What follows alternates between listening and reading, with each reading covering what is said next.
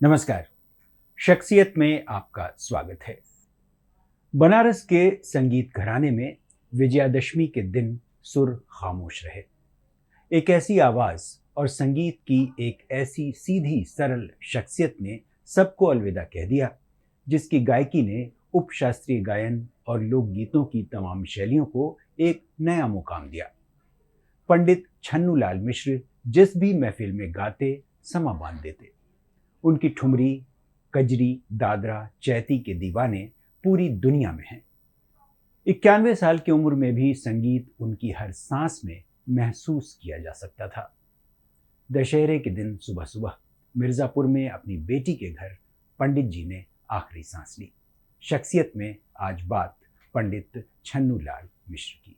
देश की आज़ादी के 11 साल पहले 3 अगस्त 1936 को आजमगढ़ के हरिहरपुर क्षेत्र में जब छन्नूलाल जी का जन्म हुआ तो घर में पहले से ही संगीत का माहौल था। कई पीढ़ियों से उनके यहाँ संगीत की परंपरा थी। असली नाम था मोहनलाल मिश्रा और प्यार से सब उन्हें छन्नू कहते थे। पिता बद्रीनाथ मिश्र खुद एक बेहतरीन संगीतज्ञ थे। छन्नूलाल जी जब 6 साल के थे तभी उन्होंने अपने पिता से संगीत की बारीकियां सीखनी शुरू कर दी थी। 9 साल के हुए तो ख्याल गायकी सीखी किराना घराने के उस्ताद अब्दुल गनी खां और पंडित दामोदर मिश्र से। करीब 9 साल मुजफ्फरपुर में रहे और वहाँ संगीत साधना की। उस जमाने में संगीत बेशक महफिलों की ही शान हुआ करती थी और संगीत से जुड़ी तमाम शख्सियतें किसी न किसी रियासत से जुड़ी होती थीं। आर्थिक हालत बहुत अच्छी होती नहीं थी। छन्नूलाल जी भी जब कभी अपने बचपन में लौटते तो तमाम इंटरव्यू में यही बताते कि कैसे उनके पिता उन्हें संगीत सिखाया करते और कैसे चावल और इमली की चटनी खा खा कर उन्होंने मुफलिसी में संगीत सीखा। कैसे उनके पिता ने नन्ही सी उम्र में उनको हारमोनियम सिखाया और संगीत की शिक्षा दी। 5 साल की उम्र तक हमारे पिताजी हमको हारमोनियम रख देते थे सामने की गाओ, हम गाते थे। अगर गलती हो तो एक थप्पड़ मार दे। पुराने लोग थे, कहे बेटा गाओगे नहीं तो नाम कैसे होगा। तो ठीक है भगवान के। छन्नूलाल जी हमेशा कहते थे कि लोक संगीत पहले आया, उसके बाद ही शास्त्रीय संगीत का जन्म हुआ। साहित्य और संगीत के रिश्ते को भी उन्होंने बारीकी से समझा और श्रोताओं को हर मंच से लोक शैली के संगीत के फर्क को समझाया। दरअसल साहित्य और संगीत इसका ख्याल रखें। अति सर्वत्र वर्जयत, शास्त्र कहता है कि अति न करे किसी चीज का। तो इतना रोक करके गाने लगेंगे लोग, आ करें, ठीक समझ में नहीं आएगा तो इसलिए लोग कहते हैं अरे क्या हो रहा है, खाली आ कर रहे हैं। लेकिन नहीं, आ का अर्थ है, आ जो है अक्षर ये भगवान का स्वरूप है। किसी भी अक्षर में बिना आ के उच्चारण नहीं होगा। क में अ, ख में अ, ग में ग, अ, तो सब में अ है। तो इसलिए लोग आ करते हैं, मगर वही कहा है कि अति सर्वत्र वर्जयत, बहुत आ करने से लोग उब जाते हैं, सब उसका अर्थ जानते नहीं हैं। और हम उसको कम किए हैं अपने गायकी में, हम अर्थ बताए हैं। अब पूरे देश में संगीत का हमने अर्थ बताया है कि ख्याल किसको कहते हैं, ठुमरी किसको कहते हैं, दादरा किसको कहते हैं, गज़ल का क्या मतलब है, और टप्पा, तराना, चतुरंग, इस सब का हमने बताया है जनता को। तब जनता हमारे प्रोग्राम में माने हाउसफुल रहता है। सुनने के लिए लोग आते हैं कि समझा देते हैं गुरुजी। हमारी आदत है कि हम बिना बताए नहीं गाते हैं। जब भाई जाने बिनु न होए प्रतीति, रामायण में लिखे हैं गोस्वामी जी कि जब तक जानेंगे नहीं तब तक विश्वास नहीं होगा, अब बिना विश्वास के प्रीति नहीं होगा, अब बिना प्रेम के भक्ति नहीं होगी। तो इसलिए अगर सब चीज़ चाहते हैं तो पहले विश्वास दिलाइए आदमी को कि आप क्या गाते हैं, क्या करते हैं। जब लोग समझ जाते हैं। मुजफ्फरपुर में रहते हुए उन्हें कई कार्यक्रमों में बुलाया जाने लगा और 18 साल के होते होते पंडित जी की पहचान बनने लगी। उसके बाद वो बनारस आ गए और बनारस के संगीत घराने में धीरे धीरे उन्हें लोग पहचानने लगे। उन्होंने लोकगीतों और भजनों में कई प्रयोग किए। उनकी गायकी को ठुमरी, दादरा, चैती और कजरी जैसी उपशास्त्रीय शैलियों का पर्याय कहा जाता है। बनारस घराने की ठुमरी में नज़ाकत, लचक और भाव की जो मिठास होती है, उसे पंडित जी ने अपनी आवाज़ में और भी गाढ़ा बना दिया।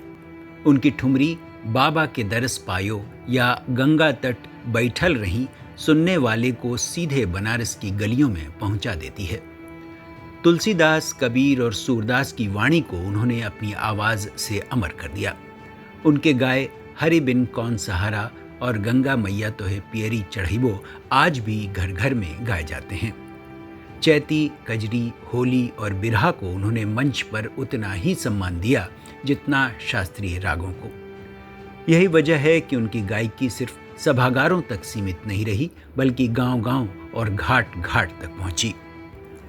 पंडित छन्नूलाल जी को बनारस और किराना घराने के प्रमुख गायकों में माना जाता रहा है और उनकी आवाज़ में एक ख़ास किस्म की कशिश रही है। लोक शैली के तमाम गीत वो जब भी गाते पूरी मस्ती के साथ गाते। कई कार्यक्रमों में उनसे अक्सर ठुमरी और चैती गाने की फरमाइश ज़रूर होती थी। पंडित जी एक चैती तो सुना दीजिए। पंडित जी अभी तो टाइम है, बड़ी मेहरबानी होगी, एक चैती सुना दीजिए। चैती राम जी वाला सुनाया नहीं। फरमाइश करने वाले इतने लोग और गाने वाला एक लोग आदमी गाते गाते मर ही जाएगा, इसलिए फरमाइश न करें, लेकिन अच्छा आपकी इच्छा है तो फिर चैती गा देते हैं।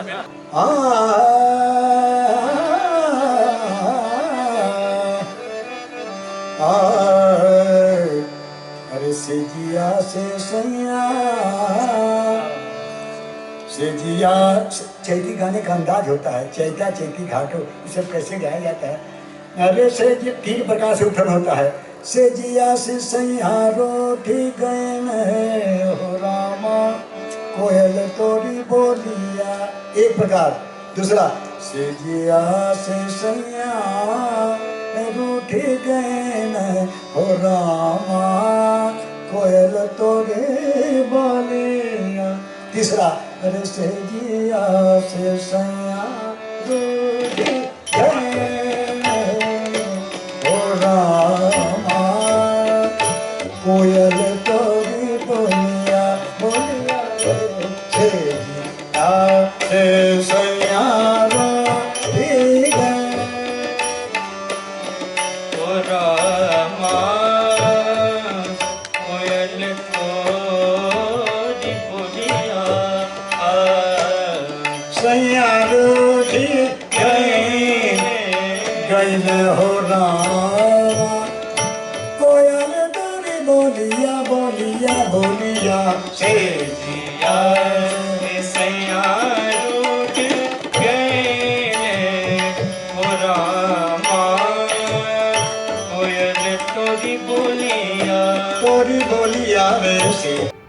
उनके सुरों में भक्ति और श्रृंगार का अद्भुत संगम मिलता है।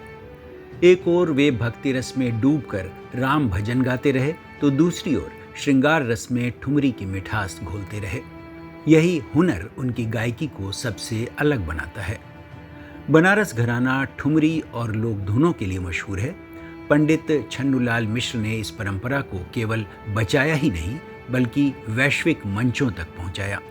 उनकी ठुमरी की खासियत रही सरल शब्दों में गहरी भावनाएं। उनके शिष्य आज देश विदेश में बनारस घराने की परंपरा को आगे बढ़ा रहे हैं। उन्होंने न सिर्फ भारत के संगीत प्रेमियों को, बल्कि अंतर्राष्ट्रीय श्रोताओं को भी ठुमरी और बनारसी संगीत से परिचित कराया। पंडित छन्नूलाल मिश्र को उनके योगदान के लिए अनेक सम्मान मिले। पद्मश्री, पद्म भूषण और पद्म विभूषण के अलावा संगीत नाटक अकादमी, यश भारती समेत तमाम राष्ट्रीय अंतर्राष्ट्रीय सम्मानों से वे नवाजे गए। पंडित जी सिर्फ गायक ही नहीं, बल्कि बनारस की जीवंत संस्कृति के प्रतीक थे। उनका व्यक्तित्व सादगी से भरा हुआ था। वे कहते थे, संगीत साधना है, यह अहंकार के लिए नहीं, आत्मा की शांति के लिए है।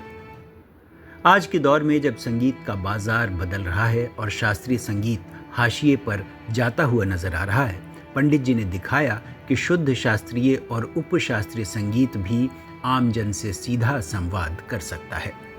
उनकी वजह से आज की पीढ़ी भी चैती, कजरी और ठुमरी जैसे पारंपरिक रूपों से जुड़ी हुई है। उनकी आवाज़ पीढ़ियों तक गूंजती रहेगी और बनारस घराने का संगीत उनके नाम से भी पहचाना जाता रहेगा।